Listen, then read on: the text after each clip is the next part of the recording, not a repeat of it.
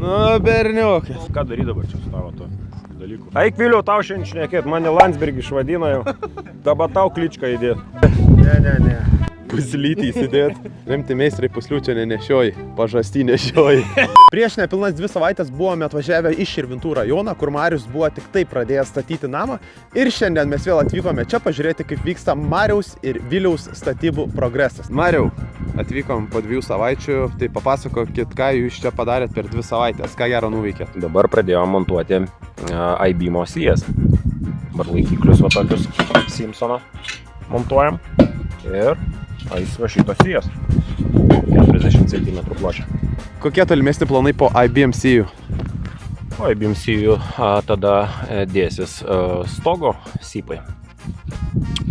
Stogas. Pica skaniau su ananasais ar be ananasų? Kaip kam? Pica su ananasais ar be ananasų?